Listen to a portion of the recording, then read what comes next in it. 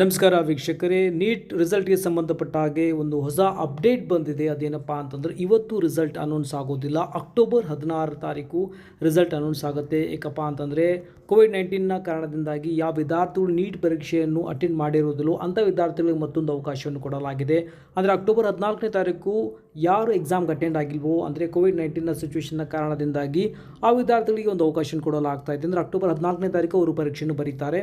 So ನಂತರ ಅಂದರೆ October 16ನೇ ತಾರೀಕು ರಿಸಲ್ಟ್ ಅನೌನ್ಸ್ ಆಗುತ್ತೆ ಅಂತ ಹೇಳಲಾಗ್ತದೆ. ಅಂದರೆ ಕ್ಲಿಯರಾಗಿ ಹೇಳಬೇಕು ಅಂತಂದರೆ ಇವತ್ತು ರಿಸಲ್ಟ್ ಅನೌನ್ಸ್ ಆಗೋದಿಲ್ಲ. ಅದೇ ಕಾರಣದಿಂದಾಗಿ ಅಫಿಷಿಯಲ್ ವೆಬ್ಸೈಟ್ನಲ್ಲಿ ಯಾವುದೇ ರೀತಿ ಇನ್ಫಾರ್ಮೇಷನ್ ಇರುವುದಿಲ್ಲ.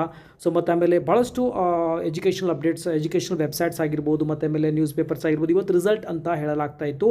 ಆದರೆ ಟೈಮಿಂಗ್ಸ್ ಅಲ್ಲಿ ಕೊಟ್ಟಿರುವುದಿಲ್ಲ. ಸೊ ಕ್ಲಿಯರ್ಲಿ ಒಂದು ಇವತ್ತು ಇನ್ಫಾರ್ಮೇಷನ್ ಈಗ ಲೇಟೆಸ್ಟಾಗಿ ಬಂದಿರೋದೇನಪ್ಪ ಅಂದರೆ ಇವತ್ತು ರಿಸಲ್ಟ್ ಅನೌನ್ಸ್ ಆಗೋದಿಲ್ಲ.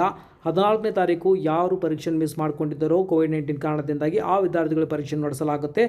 ಹಾಗೂ ರಿಸಲ್ಟ್ನಲ್ಲಿ ಅಕ್ಟೋಬರ್ 16 ನಡೆಸಲಾಗುತ್ತೆ ಅಂತ ಸುಪ್ರೀಂ ಕೋರ್ಟ್ ರೀಸೆಂಟ್ಲಿ ಅಲೋ ಮಾಡಿದೆ. ಅಂದರೆ ನೋಡ್ಬೋದು, supreme court allows NEET exam to be conducted on October 14 for students who could not appear for it due to ಕೋವಿಡ್-19 infection or because of residing in containment zones ಅಂತ ಹೇಳ್ತಾರೆ. ಹಾಗಾಗಿ ರಿಸಲ್ಟ್ನ ನೀವು October 16ನೇ ತಾರೀಕು ನೀವು ಅಲ್ಲಿ ಎಕ್ಸ್ಪೆಕ್ಟ್ ಮಾಡ್ಬೋದು.